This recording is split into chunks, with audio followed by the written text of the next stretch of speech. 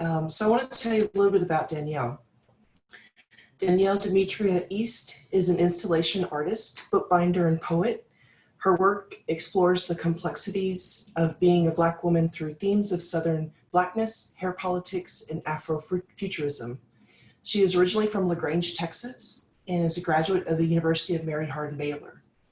She is currently one of the artists in residence at the Charles Adams Studio Project and also the founder and director of East Lubbock Art House, which I'm sure she'll get to tell you a little bit more about. I'm really excited to hear what you're gonna tell us today, Danielle, and I'll hand it over to you. Yeah, I'm so excited for this. This is like my first biggest talk that I've ever done, so a little nervous, but glad to talk about East Lubbock Art House, and it's also open right now, so after this talk, you can go check out some artwork over there too. So I'll get my little slide up, but yeah, so we'll be talking about, segregated Lubbock and just how Lubbock has kind of stayed the same and also grown, ever since, Lubbock was established. So let's talk about it. Let me share my screen.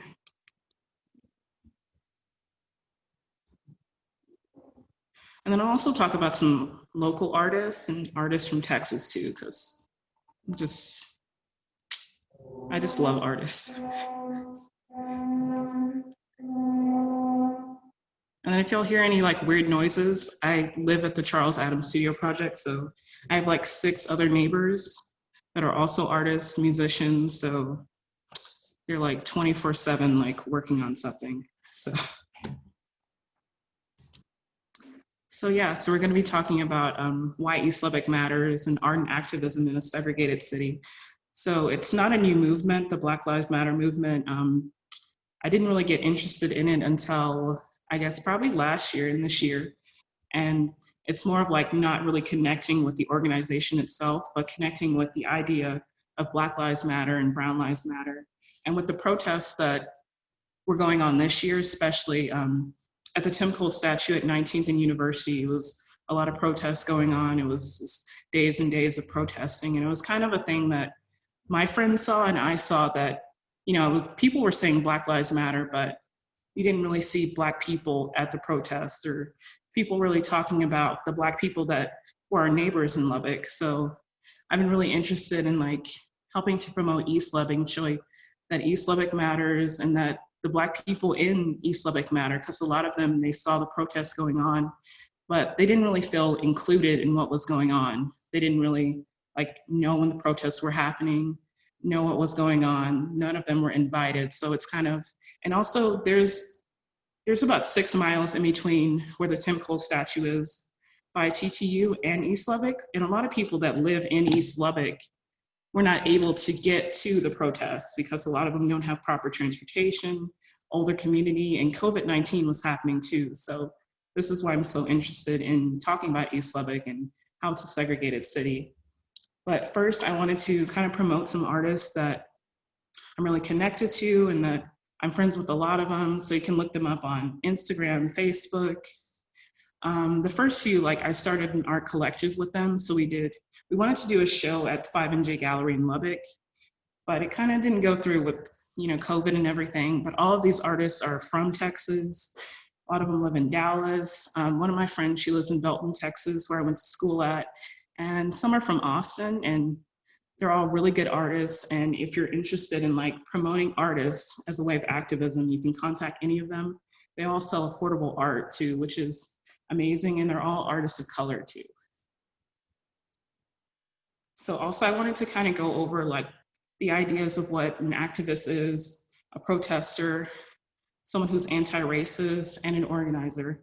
Because I feel like a lot of times people kind of get all of those confused and they come to a sense of thinking oh, since you're an activist, either you're running for office or it's so political. Because a lot of people, they're oh, I don't deal in politics, so I'm not an activist. But it's kind of, you can be activist in the political scene, but you also don't have to be. Essentially, it wasn't started as a political idea. It's more for social change. And then a lot of people see an activist as someone who's a protester. And also they don't understand different forms of protest and how just standing out in the street with signs, it's not the only form of protest. protest can be a petition, you know, standing up for something that's wrong. Whenever you object that, it's a way of protest. So it's not just this one sense of like, oh, rioting and looting. Like, it's just kind of how media has almost, in a sense, just kind of skewed how protest is seen. And also, I want to talk about like how we can be an anti-racist and how like there's a lot of community organizers in Lubbock. And so sometimes I've seen like myself as being more of an organizer than maybe a protester or an activist. So I want to talk about that. And then also I want to talk about why East Lubbock. So a lot of people will ask me like, so why are you like working with East Lubbock, or why do you care about East Lubbock? And then one time I had a person that was like, oh, this is great, you're doing this for your hometown or for where you're from. And I'm like, I'm not from East Lubbock. My last name is East, but I'm not from here. And then they were like, well, why are you even doing this if you're not from here? So when I moved here, I started substitute teaching, and the first school that I went and subbed at was Dunbar. And so when I went to Dunbar, like I was really like surprised because I grew up in a town that was, you know, primarily white. And my grandparents and my parents talked about like, you know, when they had segregated schools. And so when I went to school, it wasn't like that. And when I went and subbed at Dunbar, it was kind of surprising to see like only 2 white students there. So it's crazy that like the majority of them were Black or Hispanic. And so I was like, wow, this actually is going on. So that's when I first recognized that like Lubbock was still such a segregated city, that there's still 4 schools and so many other schools that I subbed at. It was just, you saw primarily like only Black students, only Hispanic students. And then you went to other schools across town and it was only white students there. So it's kind of like, I didn't know that still existed. And then also as an activist, I really want to talk about with East Lubbock, a lot of people are concerned with gentrification. Like if new things come about in Lubbock, is Lubbock going to be like Austin? Is it going to be where all of the Black people are essentially pushed out of the town? And so a lot of people that I talk with too, they're like, Lubbock is a little far off from being gentrified, but in that sense, it's also like not being recognized or being revitalized too. So it's almost like people don't care about changing it in a way. It's almost like, let's forget about East Lubbock. Let's forget about North Lubbock. So the way this has been put through is with zoning. I noticed with, when I was trying to start up East Lubbock Art House, we had looked at like a piece of land to, you know, put essentially like the art house at. And then after COVID-19 happened and there was a lot of stuff going on, and essentially that plot of land was rezoned to be not commercial, but residential. So a lot of land over there, when somebody wants to start a business or move there, they can't because the land is sometimes changed to residential. So it's kind of also a barrier to new businesses starting over in East Lubbock. And so also with gentrification and revitalization, I want people to think of like, well, who does the businesses or the homes that are being built or moved there? Who do they benefit essentially? Do they benefit the community members, or do they benefit the real estate agents, the donors, or like who is really thought about? Because I know essentially always like it's about money, but it can also be about the community members. And then also there's an idea of, will older community members still be able to live in the community affordably? Like, well, how much will their taxes be in 5 years, in 10 years? And also, how does the neighborhood look? Essentially, a lot of times, like you can see based on the neighborhoods, like how well they've been taken care of. And we can see that if you drive up and down MLK in East Lubbock, and you can see like how many new businesses are happening, how many people are moving into the neighborhood. And also just if you look down and you look in the alleys, you look on the sides of the streets, and you see the trash in the neighborhood. We did a community cleanup for East Lubbock Giving Day through East Lubbock Art House. And we cleaned up so much around the Parkway Cherry Point neighborhood. And now it was like a week later, and it was like the trash was back where it was. It was almost worse than before. So it was almost like we should have just left the trash there that was there, because now it's like almost tripled. And then also a thing to think about is, are any of the community members being asked to sell their home? which is also a big form of gentrification. And I've noticed even with my parents and where I'm from, a lot of the neighbors will, there's no for sale sign in the yard, but people will ask like, oh, is this home for sale? Is this land for sale? Or they'll offer my parents, money, different amounts just to like sell land. But if there's a for sale sign in the yard, and usually when people know that someone's living there and going to live there for a good amount of time, they don't ask someone to sell their home. But that's a good thing. That's something that's also happening in Austin so much. It's just the push out of people so we can, have nice coffee shops, have these really big, shopping centers.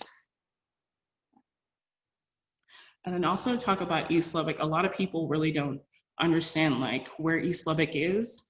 And so East Lubbock is basically District 2 within Lubbock, Texas. And it's also right now seen as east of I-27. At one time it was mostly like east of Avenue A, which is close to I-27, but mostly right now it's seen as east of I-27, and I-27 is seen as like that kind of geographical barrier that splits East Lubbock from downtown Lubbock.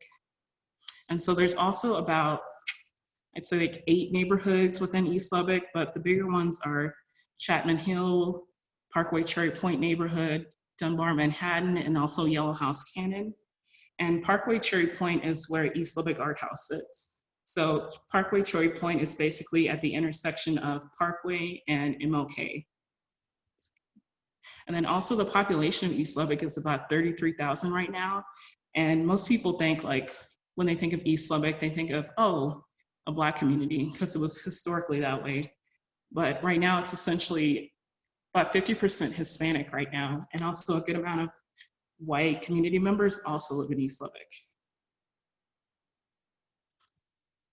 And so when also thinking about East Lubbock, one of the board members right now, she shared a story with me that was a TED Talk, and it was called like, why the wrong side of the tracks is usually the east side of town. So I never really thought about that. I know when I was like younger and they were always like, so what does your last name mean? And so it's like some people's last name kind of originated from a different country. It's from a different continent. And I was also kind of like, I didn't really know like where this came from. I was always just like with this idea of like, I guess I'm from the East. But then after listening to Stephen DePerry talk about his thesis, where he talked about historical pollution and how neighborhoods were basically sorted in the way that majority of minorities were pushed to the east sides of town, it kind of like opened me up to this idea of like, I guess this is happening, because where my grandma lives in Grange, it was East Guadalupe Street. And then when I look at where my parents live at right now, it's also east of town too. So it's like, oh, this is actually starting to fit into like an understanding of like how this is sorted out in so many towns, and not even the ones that are listed. There's so many others in the United States that are set like this, especially East Lubbock. And then also in the most segregated town in the United States right now, Milwaukee too. It's just a way that people were pushed. So a lot of times minorities like Black and Hispanic people are pushed to the east side, and also industrial plans, industrial businesses were also pushed to the east side.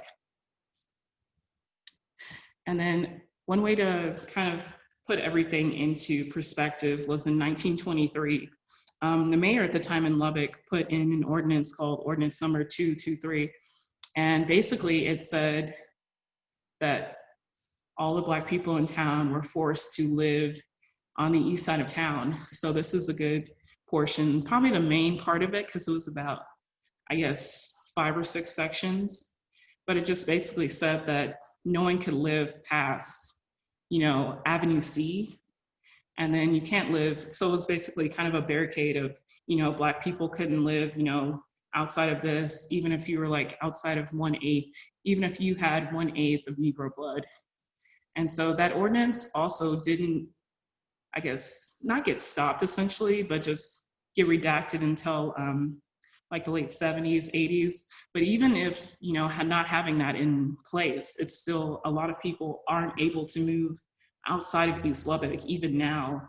It's because a lot of older people live in the community, and then they'll pass their home down to the next generation. So it's like, oh, you have a free home now. Why not live here? Why move somewhere else that's like 3 times the amount of this? So a lot of people still stay here, and it's almost like you can't move outside of where you live because if you don't have the money or the transportation, it's almost too hard to do. And then in 1943, there was also put into place a land use plan, which is the plan with the purple on the left. And it basically said, this is where all of the industrial plants were going to be. And so on that side also is the east side of Lubbock. So all of that was pushed, basically. Like it basically said, like, here's where you can be. Here's where you're zoned for. And so essentially on the west side of Lubbock, and mostly the south didn't have it as much.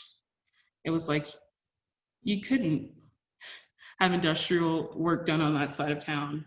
And so then there was another land use plan put into place in 1959, and it basically kind of like expanded like all of the zoning for industrial work. And so it was never really like taken, out of place, like moved around. It's always seen as like Lubbock, the west side of Lubbock has not been a good place for industrial work. It's mostly been for, many of the white residents of Lubbock, more of the smaller commercial buildings like the shops, stores, and more schools too. And then also this is kind of a broader idea of like East Lubbock and where all of the industrial land use is put. And this was kind of put up through the Texas Housers Association, and it showed where majority of the industrial land use was put, and also the toxicity levels, and where a lot of that is coming out and being distributed within East Lubbock. And so, and if you drive, I guess it would be south MLK, majority of the industrial work is being done there. And then there's a lot doing in North Lubbock too, kind of around the airport, but majority is in Southeast Lubbock, kind of in the Yellow House Cannon area. And then there's not much really in like the Parkway Cherry Point neighborhood, but there's still like more than there is in West Lubbock. And then so to go on after that, then comes a time in the 1986, there was also a land use plan established, and just kind of, it didn't really like change anything about the land use. It just kind of said, well, we're gonna keep it the same. And there's also the 2040 plan, the Lubbock 2040 land use plan. And it's basically the same too. Nothing really changed, nothing said for, industrial plants to stop growing and to stop moving into East Lubbock. But the biggest thing that when I read the 2040 plan was that the city really saw that Martin Luther King Jr. Boulevard was really in need of repairs. It lacked aesthetic appeal. There was a lot of vacant buildings, and it was the street in Lubbock that needed the most redevelopment. Like no other street needed it more than Martin Luther King Jr. Boulevard. And so to go off that, so I'll talk about East Lubbock Art House. So East Lubbock Art House is also, currently we have our physical gallery space on Martin Luther King Jr. Boulevard. And when we were looking for a space, there really wasn't much for us to choose from. So we saw this building. So it's kind of weird to hear the city say that there's a lot of vacant buildings on MLK when there essentially wasn't any vacant buildings. There was actually no empty buildings besides like this and 2 other ones. So at first when East Lubbock Art House started, I started a Kickstarter for it, and it didn't go through, and I was kind of like really upset, but I was like, I really wanna, keep working on this, like work on this as like an organization to promote emerging artists, marginalized artists, and to also work towards the betterment with East Lubbock, and just to kind of connect the artist community and also the East Lubbock community. And so right now we got a place, which is we're really glad to have this place, but we're also kind of still struggling as a place on the east side and as a up and coming like art gallery during COVID-19. So we're also always taking donations, because we rather ask people before we like fail the community and fail the artist community. And then also we have a website that people can check out. I'm trying to keep it updated to where everything that we're doing is on the website, but sometimes we're doing so much, it's like, I can't keep up with it myself. And then also following us on social media or Instagram or Facebook is a really good place to like connect with me, because I'll answer really fast, or you can see what's going on. And then also, like I said earlier, we're open today and we're open tomorrow and Sunday. And so you can just come by and see like what's going on right now. Because it's kind of a mess inside, but we have a lot going on. And so this is the outside location of our building. So a lot of the buildings that are in East Lubbock, some of them were made in around the 60s, 70s. And so our building is from about the 70s.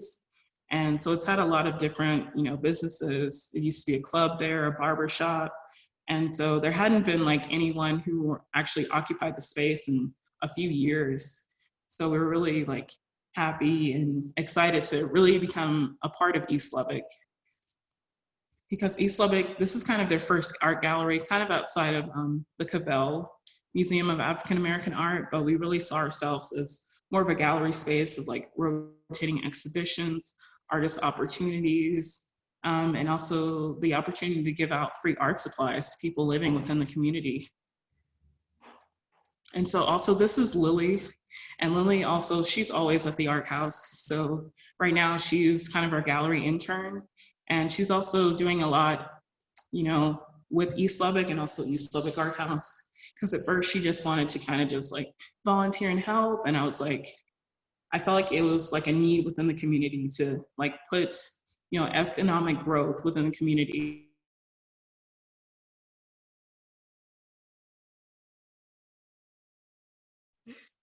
To have to pay her. And then also, I don't know if y'all saw that, but the guy who was calling me, he's also good help with East Lubbock and East Lubbock Art House. He goes to TTU right now, and he's on the autism spectrum too. So he helped out with me doing a fundraiser last week, and he's such a great person because I'm really like shy a lot of the time. I get really nervous, and like seeing him like help with the fundraiser and not having this fear of like, we need to, work towards the betterment of East Lubbock and just get the word out. It was just like, he didn't have this fear of like connecting with people. And so I felt like I learned a lot from last week working with him. And then, so we've been recently working on a project called Graffiti Nights. So during the month of September, we basically commissioned 8 artists to work on murals within our space. So we had some movable walls that people painted on, and then we also had 5 available walls that artists could paint on. And so we did, on the left, we have Ketchy Williams, and she worked on hers at home, and then she brought it back to us. And then we had Jordan Simmons, who's 16 right now, and he did a mural right up front by our door. So we have a few of them that people are still working on. But it was nice to see all of the artists that none of them knew each other kind of connect. And majority of them, they all had art experience, but they hadn't done anything at like this size and this level. So it was nice to see like the growth within the artist community and also the growth within the individual artists too. And then here's some photos from our East Lubbock Giving Day that we did August 22nd. So we had a lot of work to do to kind of, bring East Lubbock Art House up to like where it needed to be to support the artists. And also we just wanted to give back to the community. So on the left is kind of a photo from where people are picking up trash within kind of like the area where our business is at. And then on the right, we had people packing care packages for the nursing home that's next to us, the Windhole Nursing Home. So we were able to give out 100 care packages to the elderly on that day. And we gave out about, I'd say 50 art supplies kits for kids that day too. And then we gave out free food provided by Domino's and free snacks. And then we also had people inside of the art house actually painting the walls, because all of the walls need to be repainted. So we had people working on that. So it's just a way to, stay safe through COVID and also give back to the community. And then on the left is one of our board members, Rexon Mosley. So that was kind of the first week that we had set up to make art kits. So we had an idea, because I had a bunch of like extra art supplies laying around, and I was like, we could, give this art supplies out to, kids in the community, especially with when COVID hit, like everyone that had art supplies or that was provided art supplies through Lubbock ISD, they had to basically either give it back or they weren't able to use any that was in the classroom. So we kind of saw it as like a need to really like provide for the community. So we just kind of asked the community if they would help us like buy art supplies and bring us art supplies. So we had so many people, like so many friends just like drop off art supplies. It was just one week where I was getting like boxes and boxes every day of like art supplies. And then we were able to get a grant through the Bloom Fund to buy $1,200 worth of art supplies. So right now we've currently given out about 270 like art supplies kits for kids. And then one day I got a text message from one of the parents of the kids, a painting that one of the kids had done. And I thought it was just awesome that she used like all the art supplies out of there to basically make something that responded to what was going on in the community. And then also, I wanted to kind of talk about how we wanted to really reach out to the artists and promote the artists, and just not just be like an art gallery that just, works with artists outside of the community or just doesn't really connect with artists within the community. So we have an event coming up called Voices of East Lubbock. And so it'll be on November 13th and 14th from 6 to 9 p.m. each day. And so through the event, we want to promote artists that have once lived or currently live in East Lubbock. So through the event, we're looking for musicians, visual artists, poets, people who have written literature just to come and perform or come and display their work during the event. So we're also going to have a raffle during the event, the 2 days, and just a way to connect the artists and the community. And also we'll still have many of the murals still up so people can come and see the murals that were done too, and just have them as a backdrop to everything that's going on. And so people can submit work. We're looking for any ages. You can submit work, and we're looking for about 1 to 3 pieces, but if you have more than that, we're willing to, work with you on that. And then we also do an art exhibition series. So we haven't really put out the call for exhibitions yet, but it's basically, you can just submit 8 to 10 images of your artwork, an artist statement or show statement. And then also we want to really connect with the community and connect with the artists. So we're looking for artists that are willing to do a community engagement project through East Lubbock Art House. So basically that can be like a make and take event, a mural, a fundraiser, somebody to kind of connect with kids, or if you want to do an art class. So it's open to any artist, but we're giving special recognition to Black, Indigenous artists of color, and just to people who live in Lubbock, and also people who are from East Lubbock. But we're open to anyone. We just want people who are, really dedicated to their artwork and also dedicated to being activists in the community. We don't want anyone that's like, has any fear of like connecting with East Lubbock or has any predisposed connotations about people that live in East Lubbock. We want people that are really willing to work with those people and just get to know the community. And then also I wanted to kind of highlight some other organizations outside of East Lubbock Art House that have kind of helped us and that we connect with, and also some businesses too. And then I forgot to put on the business side, I forgot how to pronounce it, but it's called Poliberto's. It's a Mexican food place, and it was kind of one of the first places that I ate at in East Lubbock too.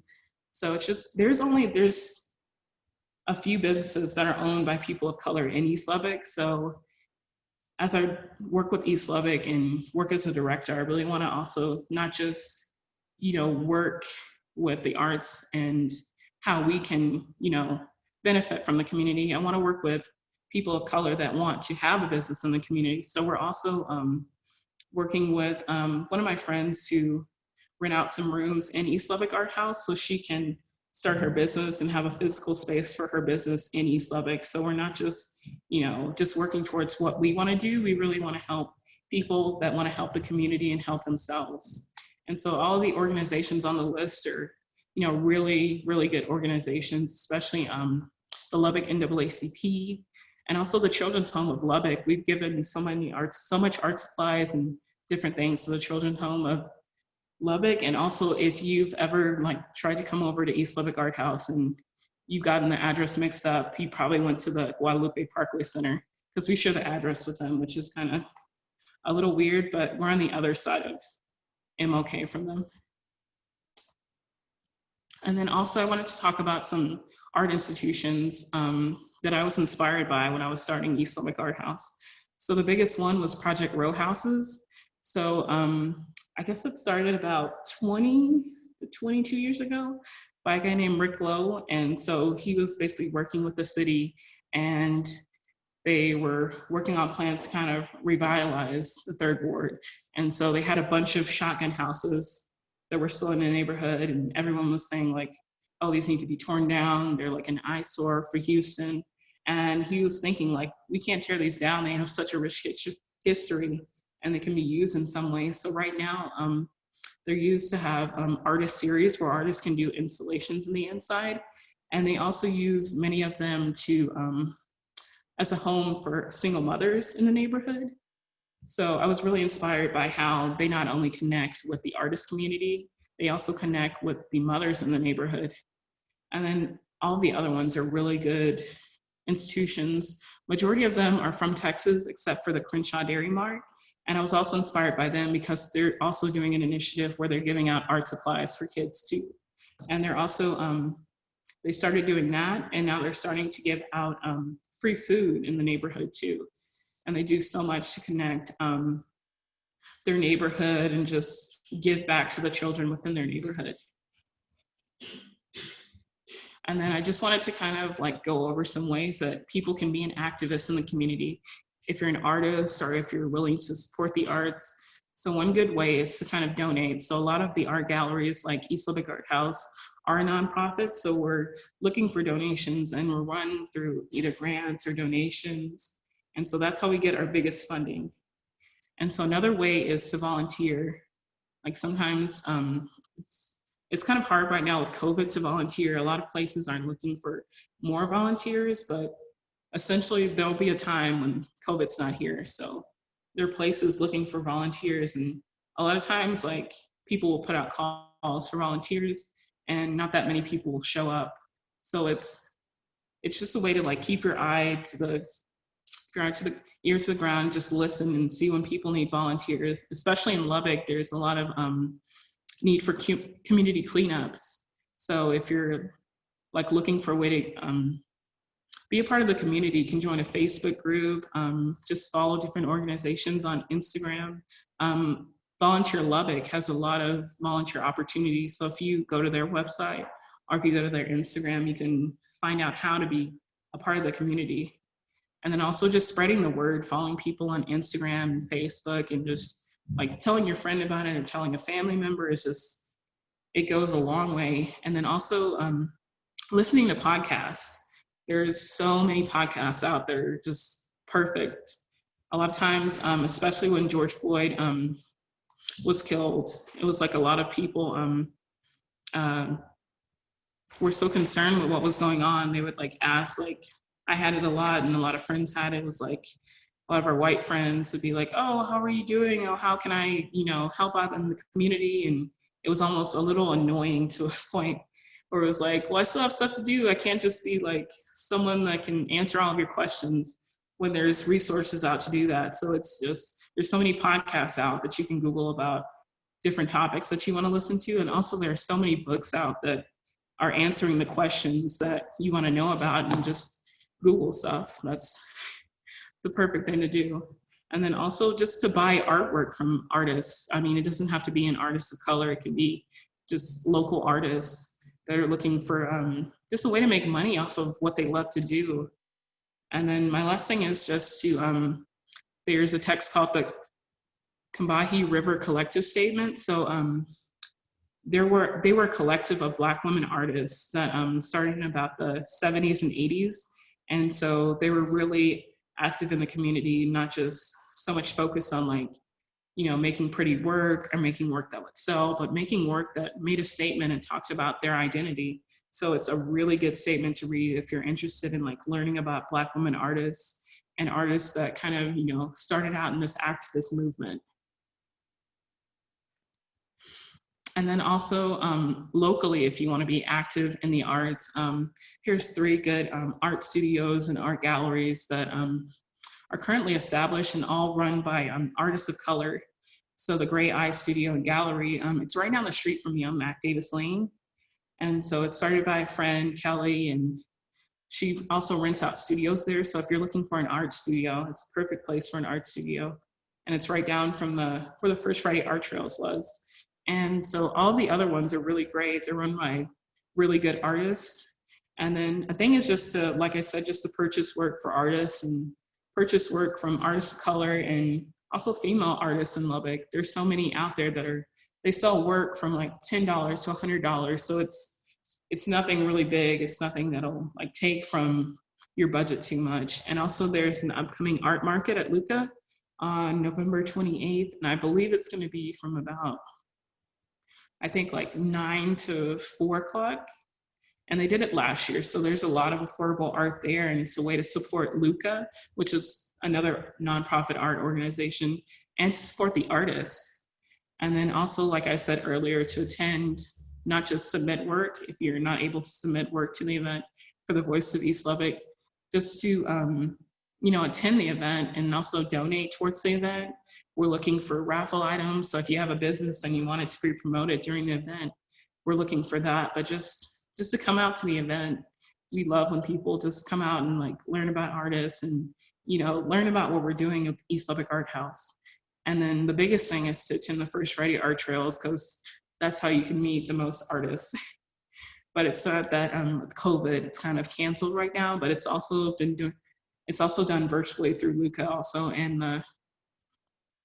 then there's some institutions that are doing like in-person shows. Like I did an in-person show last First Friday, and then there's going to be other people doing in-person stuff too. So it's not as big as the usual First Friday, but it's still like something worth going out to see. And then the last thing I want to talk about is Glass Tire. Glass Tire is a website that you can just Google, follow them on Facebook or Instagram, and they share a lot about artists. And I mentioned him earlier on the second slide, Christopher Blay. He's a good person to follow and find out about. He shares a lot of work about artists, specifically artists of color, and he just makes it his mission to just like reach out to artists, promote them on the website. They usually do like a thing on Thursdays where they promote the local work, like it's called the Top 5. So they showcase like 5 artists or art exhibitions that are going on during the week. And they also have calls for art on there. So if you're an artist and you're looking for like where you can showcase your work, or if you want a job in the art field, they have that resource on their classified part of their website to just, it's a way to kind of, be an artist, be active in the community, and also see what other artists are doing too. And then I'll just go back. But that's basically it. I mean, being an activist in the community is, it's a process. But it's definitely worth it.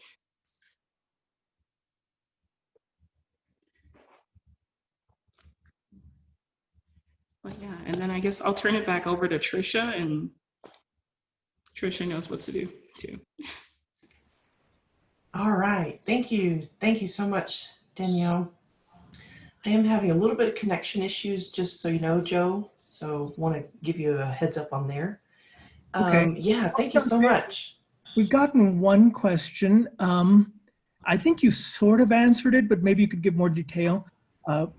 Question from Margaret Randall. Are you participating in First Friday tours? Kind of like the First Friday Art Trails. I did it last First Friday, and so we were open for that, but I hadn't done really anything since March when COVID hit.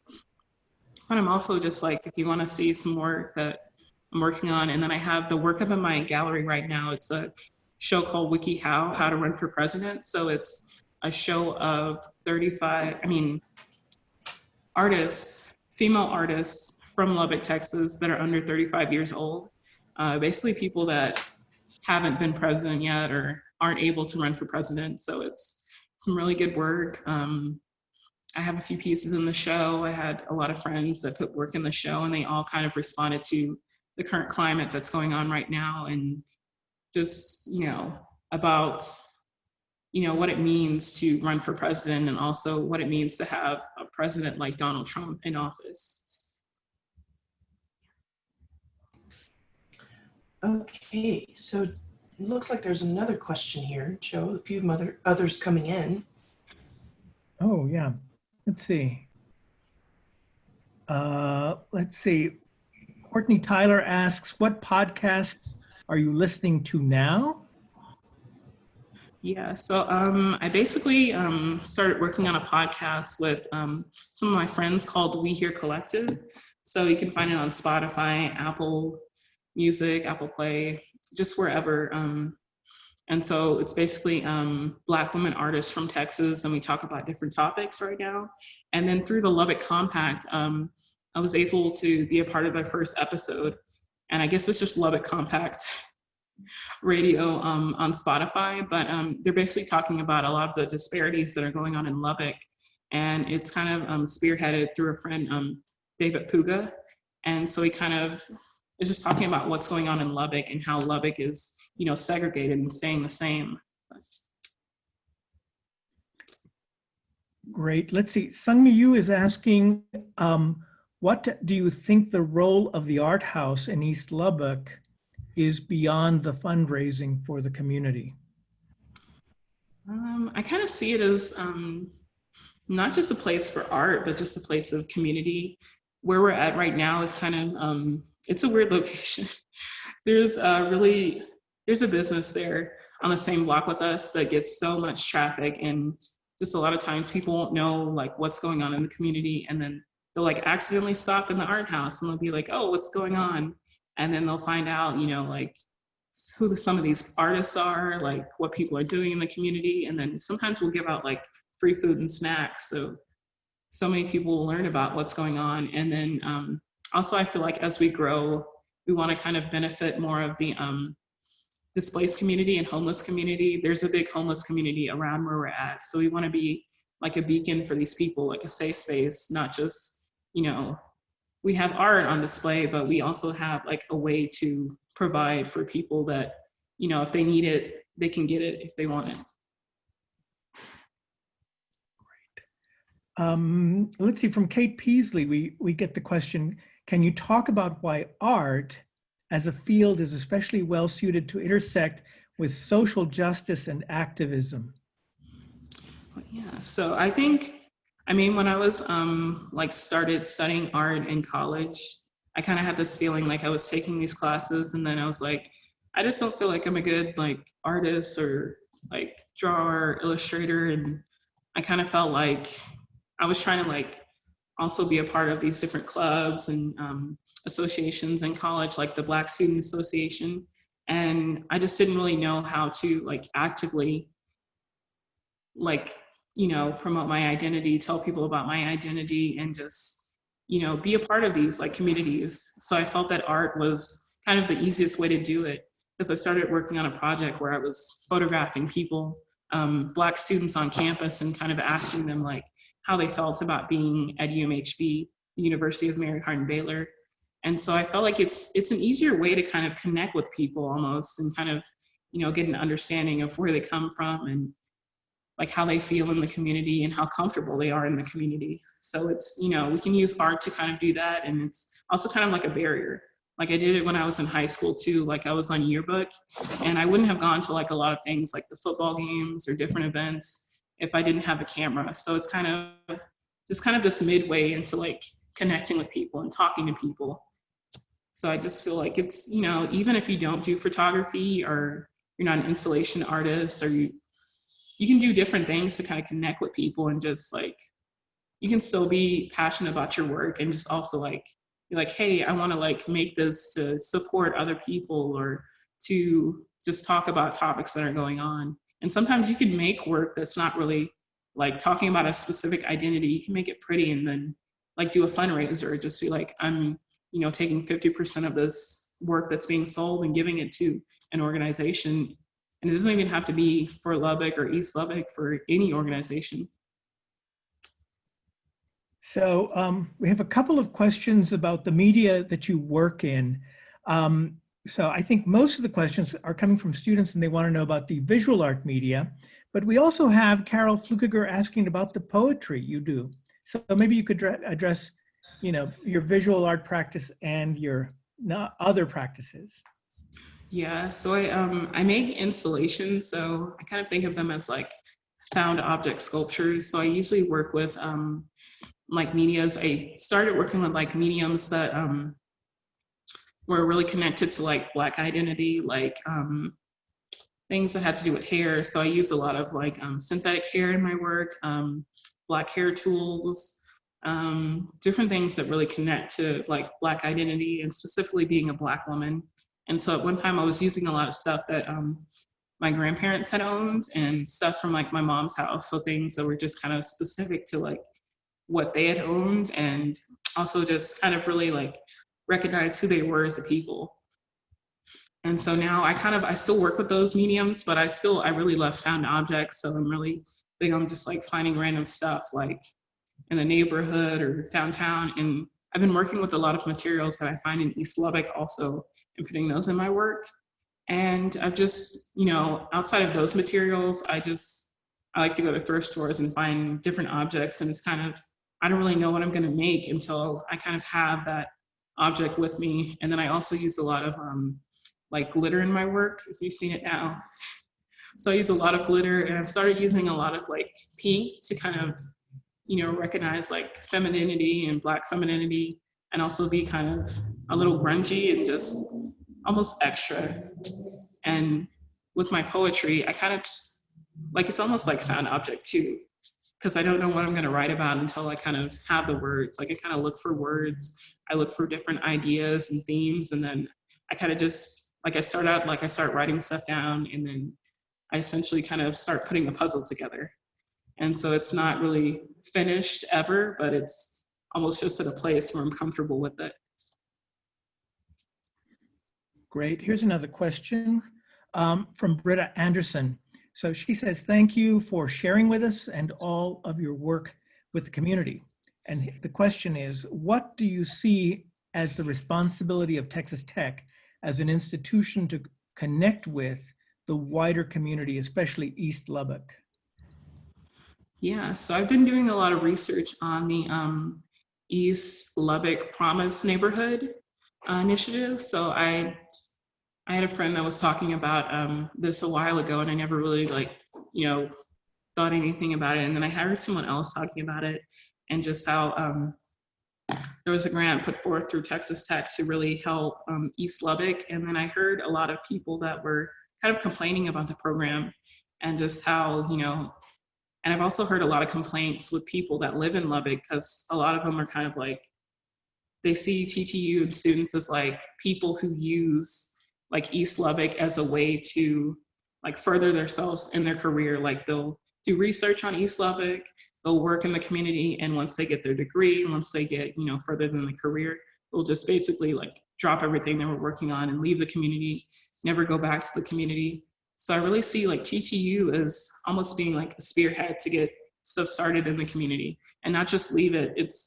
I know I can see, like, I know it's hard to really keep connecting and, growing within East Lubbock, but it's something that we have to keep growing and doing, even if we get tired. Like if it's a project that we're working on every week, it needs to be like consistency within it. Because a lot of the people that live in the community, they'll see that like we might not think much about it, like that we like stop working on something one week, but they'll see it and they see it as a neglect for the community. And so that's why a lot of times people in the community will be a little like weary about new people coming in, starting projects, because they're like, they don't want somebody to get them all riled up and excited, and then all of a sudden they'll leave within 3 months. So I just see like TTU as like being a continuous way of like growing, and people don't have to do much. Just like I said earlier, the community cleanups are so much needed. There's always someone doing one every month. Even if it's not in East Lubbock, it's all over Lubbock. Like it's so much needed, because it's making the neighborhoods look just ridiculous. And I also see a lot of like students from TTU like can tell who the students are, and they'll throw trash in places, or they'll also have like negative connotations about East Lubbock. So it's also just, if you hear someone saying stuff like that, not to just ignore it, but to correct them. Great. Let's see. From Alian Rushing, we have the question. So did your time in Belton, Texas influence your strategies for community outreach? Temple and Belton seem to have similarly segregated structures. And she thanks you for the lecture. But yeah, I think I mostly became more aware of stuff that was going on, and just kind of started to be more active when I went to UMHB, which is in Belton, and they do have really more segregated, similarly segregated areas. And then I kind of had professors too at UMHB that they're really good people, but some of them didn't really understand about Black identity or Latinx identity. So I was always just kind of trying to teach them something else, or just being annoying with them about do you know about this? And just one of my advisor, I would tape stuff on his office door about Black history. So during Black History Month, I would always leave something on his door. And it was just kind of a way, I felt from being a freshman there until a senior, I could see a lot of them had grown and were more aware of what was going on. And I mean, even living in Temple, Texas, I could tell when, I lived on the east side of the neighborhood there too. And people would say, oh, it's so dangerous. They didn't want to come on that side of town. So it's kind of that just kind of grows to wherever I live now. It's I'm always living or working on that side of town that people don't want to be on. Okay, I'm going to combine two questions and it might be the last one because we're running out of time. We want to let people get to their next appointment. So where do you recommend we get non-biased information about what's going on in our city, and couple that with how can students become more involved and participate in initiatives to establish long-term partnerships and relationships? Some of the best information you can get is through different Facebook groups, and then also the TTU, KTTZ radio, their news through the PBS is just really unbiased. A lot of news stations here, it's, you can tell how it's kind of biased, but it's kind of you have to weigh what you're listening to or what you hear. So it's if you hear something going on in the neighborhood and you're kind of questioning it, it's just look for 2 to 3 other resources to just kind of back that up. And also a lot of people just share articles and they don't read it. So one big thing is to click on the article and read it. It's the biggest thing. But also the Lubbock Compact is another organization that's becoming a nonprofit in Lubbock. And so they have a Facebook page, they have a website. So they have really unbiased information on what's going on. And also attending the city council meetings. They usually happen on Tuesday around 4:30. And so you can be right there in the room learning about what's going on in Lubbock. And it's free to go. And you don't have to wear a fancy suit. A lot of people there are business people wearing that, but it's just go as you are, just listen. You don't have to go up and make a public comment or say anything about what's going on, but just attend and listen to what's going on. And they're also on the City of Lubbock website too. So if you can't go in person, you can also listen to it online. So is that the way to get active involvement in the community too? There's a lot of people, I'd say that I met a lot of people at one of the city council meetings, and another way to get involved is, through the Lubbock Compact page in their Facebook group. So people always share what's going on there. And so you can get connected with a lot of the people that are doing work there. I share a lot of stuff through the East Lubbock Art House Facebook page and Instagram, but it's a lot going on there. And also through the Lubbock Activists Striving to End Racism. There's even more information there that people can find about what's going on or different events going on. So